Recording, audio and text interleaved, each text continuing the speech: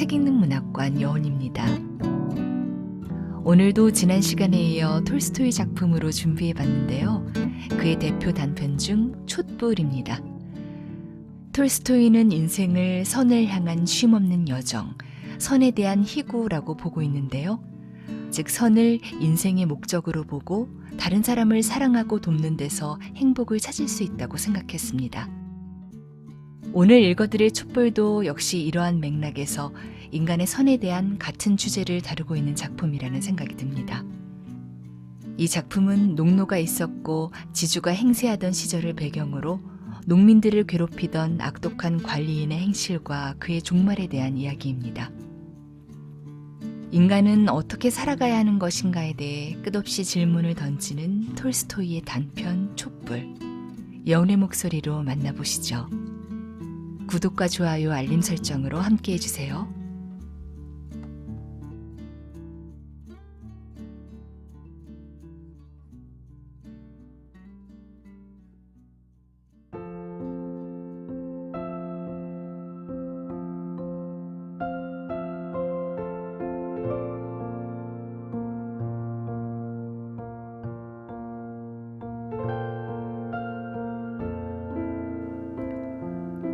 촛불. 레프 니콜라이비치 톨스토이 지음. 강승현 옮김. 발행 모모북스. 이 이야기는 농노 해방 전의 일이다. 그때는 별별 부류의 지주가 다 있었다. 자신도 죽을 때가 있다는 것을 명심하며 하느님을 공경하고 농노를 불쌍히 여기는 사람이 있는가 하면 짐승만도 못한 사람도 있었다. 하지만 그 중에서도 가장 못된 인간은 시궁창에서 빠져나와 귀족 행세를 하게 된 농노 출신의 관리인들이었다. 이런 자들 때문에 농민들의 생활은 더욱더 비참했다. 어떤 지주의 영지에 바로 그런 관리인이 나타났다. 농민들은 소장류 대신 영지에서 일을 하기로 되어 있었다. 땅은 넓었고 토질도 좋았다. 물과 목초지, 숲이 고루 갖추어진 좋은 땅이었다. 그만하면 지주와 농민 모두에게 아무런 부족함이 없어 보였다. 그런데 어느 날 갑자기 지주는 다른 영지에서 일하던 농노 출신을 데려와 그 토지의 관리인으로 앉혔다. 관리인은 권력을 쥐게 되자 농민들을 혹사시키기 시작했다. 그도 한 가정의 가장으로서 아내도 있었고 이미 출가한 딸도 둘이나 두었으며 돈도 좀 모았기에 그렇게 심하게 굴지 않아도 안락하게 살아갈 수 있었을 텐데 욕심이 지나쳐 그만 죄악의 길로 들어선 것이다.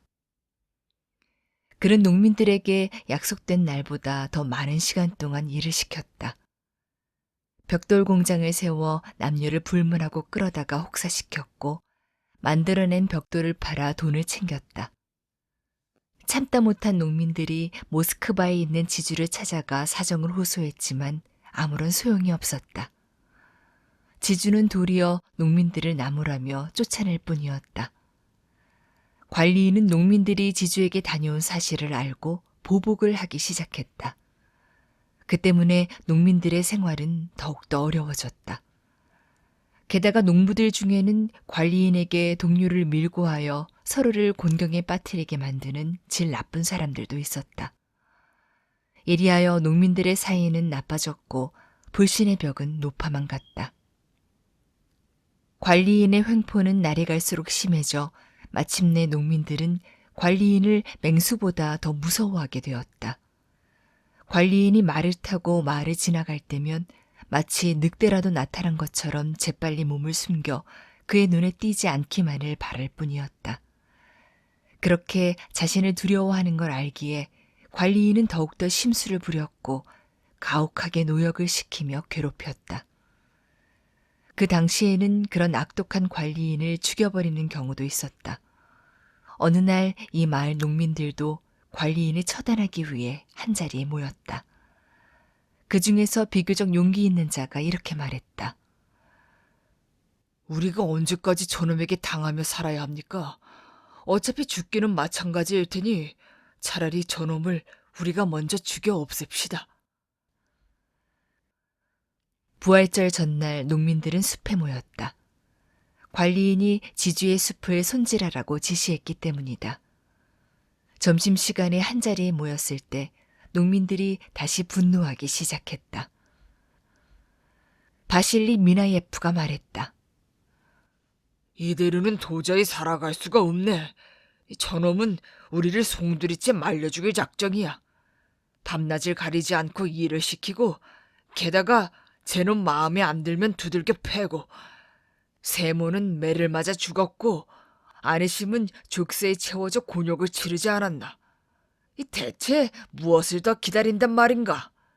오늘 저녁 여기 와서 또 행패를 부리면 말에서 끌어내려 도끼로 내리치면 일은 끝나는 거야.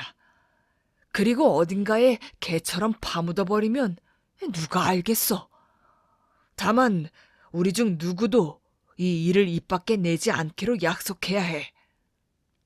그는 누구보다도 관리인을 증오했다. 관리인은 툭하면 미나예프를 때렸고 그의 아내마저 강제로 데려가 자기 집 식모로 만들어버렸기 때문이었다. 저녁이 되자 관리인이 말을 타고 왔다. 그는 오자마자 나무를 잘 못 자른다고 트집을 잡기 시작했다. 그리고 베어놓은 나뭇더미에서 보리수 한 그루를 찾아냈다. 내가 보리수를 베라고 했나? 누가 베었나?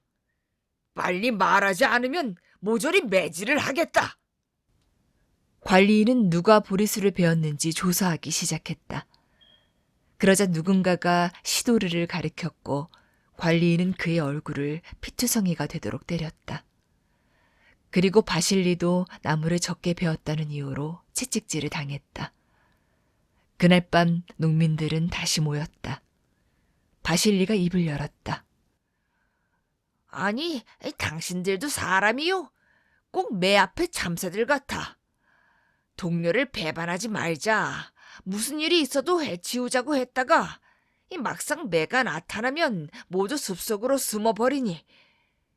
그러니까 매란 놈은 눈독을 들였던 놈을 잡아먹는 거야. 매가 떠난 다음에야 참새들은 나와서 또 하나 없어졌군. 누가 없어졌나? 바니카야? 그놈은 그런 꼴을 당할 만하지. 어쩔 수 없는 거지 하고 떠들긴 하지. 당신네들이 꼭 그렇소. 배반하지 않겠다고 했으면 무슨 일이 있어도 약속을 지켰어야지. 그놈이 시도르를 때릴 때 일제히 달려들어 그놈을 처치해 버렸어야 했단 말이오. 농민들은 다시 결의를 다지며 마침내 관리인을 죽이기로 결정했다. 관리인은 농민들에게 금욕 금식 기도를 드려야 하는 부활절 기간에도 밭을 갈아 보리씨를 뿌리라고 명령했다. 농민들은 해도 너무한다고 생각했기 때문에 바실리 집 뒤뜰에 모여 또 의논을 했다. 이 저놈이 하늘 무서운 줄 모르고 저런 짓을 하니 정말이지 죽어 마땅해. 어차피 한 번은 죽을 목숨 아닌가. 그날은 미에예프도 자리를 함께했다. 그는 성품이 온화한 사람으로 지금까지 농민들의 모임에 한 번도 나오지 않았었다. 처음으로 자리를 함께해 농민들의 이야기를 들은 다음 그는 이렇게 말했다. 자네들 정말 큰 죄를 지을 생각이군. 사람을 죽이다니. 사람 하나 죽이기야 쉬운 일일지 모르지만 그를 죽인 사람의 영혼은 어떻게 될 것 같은가? 놈이 나쁜 짓을 했다면 우리가 손을 쓰지 않더라도 천벌이 기다리고 있을 거야. 그러니 참아야 해. 그 말을 듣고 있던 바실리가 화가 나서 소리쳤다. 잘난 척은. 사람을 죽이는 게 죄라는 건 나도 알아. 하지만 그놈이 인간이야? 착한 인간을 죽이는 것은 분명 죄가 되지. 그러나 그런 개만도 못한 인간을 죽이는 건 하나님도 눈 감아 주실 거야. 선량한 사람들을 위해서 그런 미친 개는 죽여야 해. 그놈을 죽이지 않으면 죄만 커질 뿐이야. 놈이 죄 없는 사람들을 괴롭힌 생각을 하면 치가 떨려. 만일 이 일로 우리가 고초를 당한다 해도 사람들을 위한 길이야. 모두들 우리에게 고맙다고 할 거야. 우리가 당하고만 있으면 놈은 우리를 모두 죽이고 말 거야. 이봐, 이 자네는 쓸데없는 걱정을 하고 있어. 그리스도의 축제일에 이 일하러 가는 것도 큰 죄라고 생각하지 않아? 그렇게 말하는 자네부터 일하러 가지 않을걸? 그러자 미에예프가 말했다. 일을 왜 안 나가겠어? 시키는 대로 해야지. 그게 어디 내 마음대로 할 수 있는 일이야? 누가 나쁜지는 하나님께서 다 알고 계시니 우리는 오직 하느님을 잊지 말아야 돼. 나는 내 생각을 말하는 것이 아니야. 만일 악을 악으로 없애라고 했다면 하느님께서 그런 본을 보여주셨을 것이나 우리에게 가르치신 것은 그게 아니야. 우리가 악을 악으로 대하려고 하면 그 악은 우리에게 되돌아오지. 사람을 죽이는 것은 쉽지만 그 피는 자신의 영혼에 달라붙네. 사람을 죽인다는 것은 자신의 영혼을 피투성이로 만드는 일이야. 자신은 악한 인간을 죽였고 악을 뿌리 뽑았다고 생각하겠지만 실은 더 큰 악을 자기 마음에 끌어들이는 결과가 되네. 견디기 힘들지만 꼭 참아야 해. 그러면 재앙은 스스로 물러나기 마련이니까. 결국 농민들은 의논의 결말을 보지 못하고 헤어졌다. 의견이 분분하여 바실리처럼 생각하는 자가 있는가 하면 끔찍한 죄를 짓지 말고 더 참아보자고 하는 자도 있었다.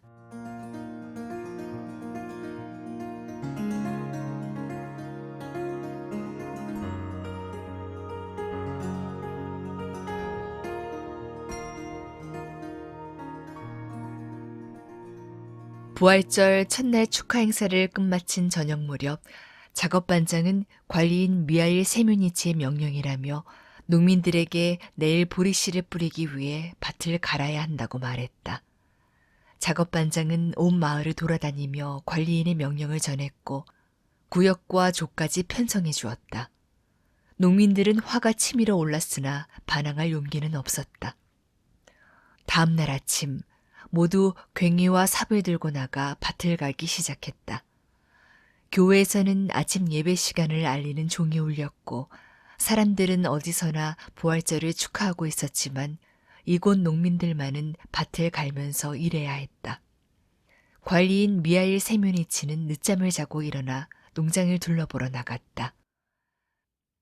그의 아내와 친정에 다니러 온 과부가 된 딸은 잘 차려입고 교회에 나가 예배에 참석하고 돌아왔다. 관리인은 식구들과 함께 하녀가 준비한 차를 마시려고 자리에 앉았다. 미하일 세뮤니치는 차를 마신 후 파이프에 불을 붙이며 작업반장을 불렀다. 농민들은 모두 밭으로 일하러 나갔나? 네.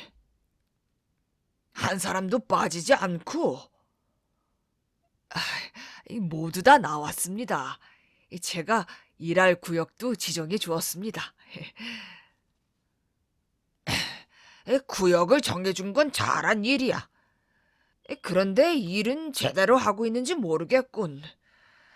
자네가 잠깐 둘러보고 오게. 정오에는 내가 직접 나가서 볼 테니까. 두 사람이 한 데샤티나를 똑바로 갈도록 하고 만일 일을 잘 못하고 있으면 축제일이라도 용서하지 않을 테니까.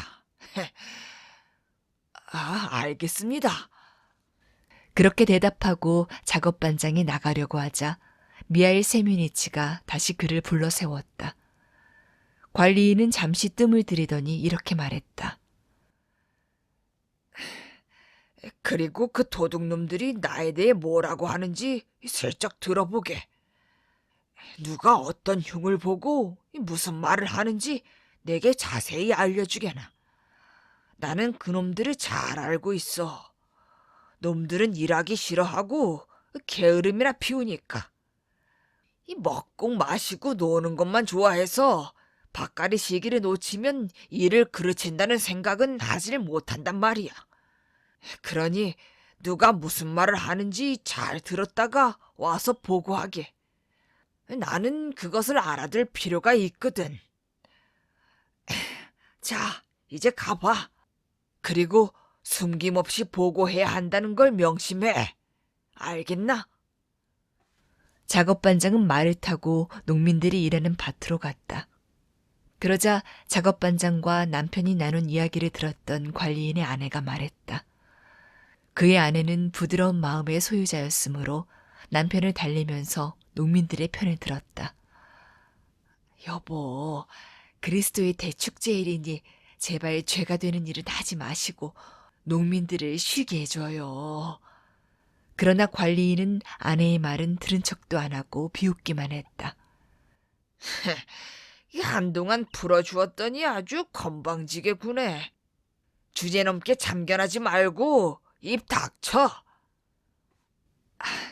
여보, 내가 당신에 관한 흉한 꿈을 꾸었어요. 부디 오늘만이라도 농민들을 쉬게 해주세요. 그 안 된다면 안 되는 줄 알지 왜 이래? 배고픈 줄 모르고 지내니까 재택 맛을 잊은 모양이네. 당신도 조심하는 게 좋아. 세뮤니치는 잔뜩 화를 내면서 불이 붙은 파이프로 아내의 입을 쿡쿡 찌르더니 방에서 쫓아내면서 식사 준비나 하라고 소리쳤다. 관리인은 어묵에 고기만두, 양배추 수프와 통돼지구이는 물론 우유와 국수를 먹고 버찌로 담근 술도 마셨으며 디저트로 케이크까지 먹었다. 그리고 하녀를 불러 노래를 시키고 자기는 기타를 치기 시작했다. 관리인은 잔뜩 신이 난 듯했다. 그때 작업반장이 들어와 허리를 굽혀 인사한 다음 밭에서 살펴보고 온 일을 보고하기 시작했다. 그 열심히들 일하고 있겠지? 오늘 책임량은 다 하겠던가? 네. 벌써 절반 이상이나 갈았습니다. 빠뜨린 데는 없고, 없었습니다. 모두 잘하고 있습니다. 흙도 곱게 다지고 있지? 네. 마치 고운 겨자씨를 뿌려놓은 것처럼 잘 다졌습니다. 관리인은 잠자코 있다가 다시 물었다. 그런데 나에 대해선 뭐라고들 말하든가. 욕을 했겠지? 작업반장은 망설이며 입을 열지 못했다. 관리인은 들은 대로 죄다 털어놓으라고 다그쳤다. 모조리 말해. 사실대로 말하면 상을 주겠지만 뭐든 감추면 매질이 있을 뿐이야. 어이, 가추샤. 이 친구에게 보드카 한 잔을 주게. 용기가 나도록 말이야. 하녀가 서둘러 나가더니 보드카를 가져다 주었다. 작업반장은 감사 인사를 하고 쭉 들이켠 다음 입을 닫고 생각했다. 할 수 없지. 저렇게 다그치니 다 털어놓을 수밖에. 그렇게 생각하고 반장은 말문을 열었다. 모두들 불평을 하고 있었습니다. 그래, 뭐라고들 하든가. 이야기해보게. 모두 똑같은 말을 했습니다. 그 어르신께서 하느님을 믿지 않는다는 거예요. 관리인은 소리내어 웃기 시작했다. 그래, 어떤 놈이 그런 말을 하든가. 모두들 그렇게 말합니다. 순결하지 못한 영혼을 가지고 있다는 겁니다. 관리인은 다시 웃었다. 좋아. 그건 그렇고 하나하나 말해보게. 바실리는 뭐라고 하든가. 작업반장은 동료들을 나쁘게 말하고 싶지 않았으나 바실리와는 전부터 사이가 좋지 않았다. 바실리는 누구보다도 심하게 욕을 했습니다. 그 어르신께서 개처럼 비참하게 죽을 것이라고 했어요. 정말 웃기는군. 놈은 그러면서 왜 나를 진작 죽이지 않았지?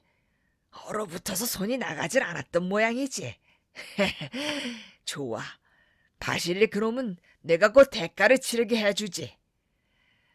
그 다음 지슈카는 그놈도 역시 뭐라고 했겠지? 네, 모두 나쁘게 말하고 있었습니다. 그러니까 뭐라고 했냐고. 입에 올리기조차 거북해서. 도대체 뭐가 거북하단 거야? 어서 말해봐. 모두들 어르신의 배가 터져서 창자가 튀어나왔으면 좋겠다고 했습니다. 그러자 관리인은 한바탕 껄껄 웃었다.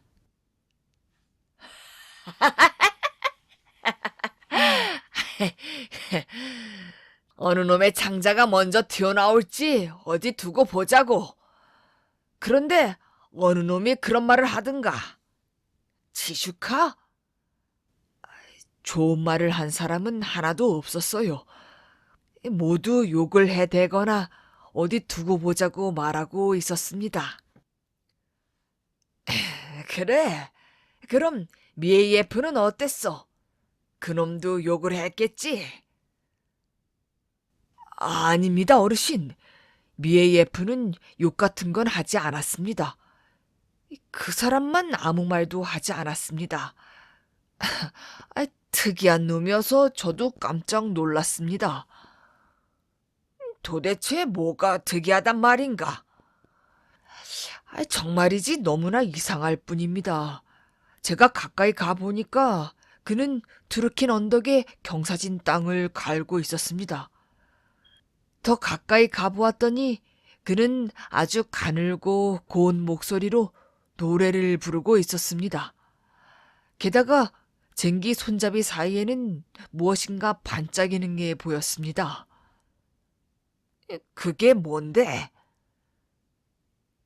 그것은 마치 작은 불꽃처럼 빛나고 있었습니다. 자세히 살펴보니 그건 교회에서 파는 5코페카짜리 양초였는데 쟁기의 가로대에 세워져 있더군요.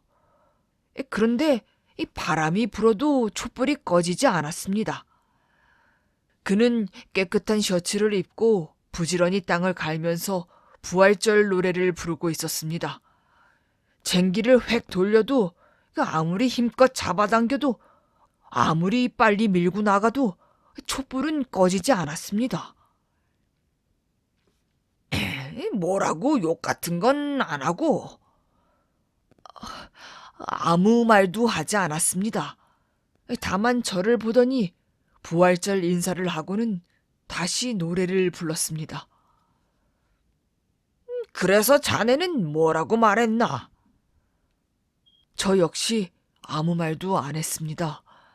하지만 농민들이 몰려와서 미에이에프는 부활제 때 일을 했기 때문에 아무리 기도를 드려도 죄를 용서받지 못한다면서 놀려댔습니다.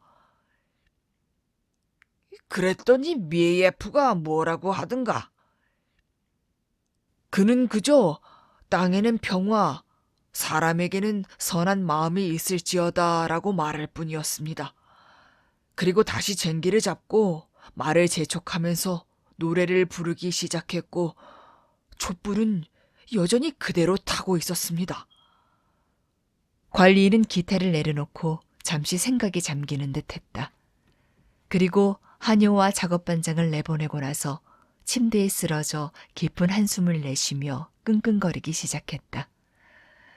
그것은 마치 잔뜩 짐을 실은 수레를 힘들게 끌고 갈 때 내는 소리 같았다. 그의 아내가 들어와 말을 걸었으나 관리인은 아무 대꾸도 않더니 불쑥 내뱉듯이 한마디 할 뿐이었다. 그놈이 나를 이겼어. 이제는 내가 당할 차례야. 그러자 아내가 타이르듯이 말했다. 여보, 지금이라도 가서 농민들을 돌려보내세요. 그러면 아무 일 없을 거예요. 지금까지는 더 심한 행동을 하고도 태어나더니 이번에는 왜 그렇게 겁을 내는지 모르겠군요. 나는 이제 틀렸어. 그놈이 이겼어. 아내는 진지한 목소리로 남편에게 말했다. 어서 가서 농민들의 일손을 멈추게 하세요. 그러면 아마도 모든 일이 잘 될 거예요. 자, 빨리. 곧 말을 준비하도록 할게요. 잠시 후 말을 끌고 온 관리인의 아내는 밭에 나가 농민들을 집으로 돌려보내도록 남편을 다시 설득했다. 관리인은 말을 타고 밭으로 나갔다. 마을 입구에 이르자 한 아낙네가 마을 문을 열어주어 안으로 들어갔다. 관리인이 나타나자 어떤 사람은 뒤뜰로, 어떤 사람은 집 모퉁이로, 어떤 사람은 채소밭으로 도망쳤다. 계속 길을 가던 관리인은 마을을 빠져나가는 출구에 이르렀다. 그러나 출구가 닫혀 있어서 말을 탄 채로는 열 수가 없었다. 관리인은 문을 열라고 몇 번이나 소리쳤지만 아무도 대답하는 사람이 없었다. 그래서 말에서 내려 직접 문을 열고는 다시 말을 타기 위해 한쪽 발을 발걸이에 올려놓고 훌쩍 몸을 날려서 안장에 걸터 앉으려 했다. 그런데 그 순간 달려나온 돼지를 보고 놀라 말이 울타리에 부딪히고 말았다. 몸이 뚱뚱했던 관리인은 중심을 잃고 말에서 떨어지면서 울타리를 지탱하던 뾰족한 말뚝에 배가 꽂히고 말았다. 그리고 무거운 체중 때문에 배가 찢어지면서 땅바닥으로 떨어지고 말았다. 농민들이 밭에서 돌아와 문가에 이르자 말들이 콧김을 뿜으며 안으로 들어가려고 하지 않았다. 이상한 생각이 든 농민들이 주위를 자세히 살펴보았다. 놀랍게도 거기에 관리인이 벌렁 낮아빠져 있었다. 두 팔을 벌리고 눈은 부릅뜬 채 창자가 튀어나와 피가 무릉덩이처럼 고여 있었다. 땅이 그 피를 빨아들이지 않았던 것이다. 깜짝 놀란 농민들은 말머리를 돌려 뒷길로 달아났다. 그러나 미에예프는 말에서 내려 관리인 곁으로 다가갔다. 관리인의 숨은 이미 끊어져 있었다. 그는 관리인의 부릅뜬 눈을 감겨주고 짐수레에 말을 메어 아들과 함께 시체를 싣고 지주의 저택으로 갔다. 모든 사정을 알게 된 지주는 농민들에게 부역을 금하고 소장료만 내도록 했다. 그제야 농민들은 하느님의 힘은 악을 악으로 갚는 데 있는 것이 아니라 착한 일을 할 때 드러난다는 사실을 깨달았다.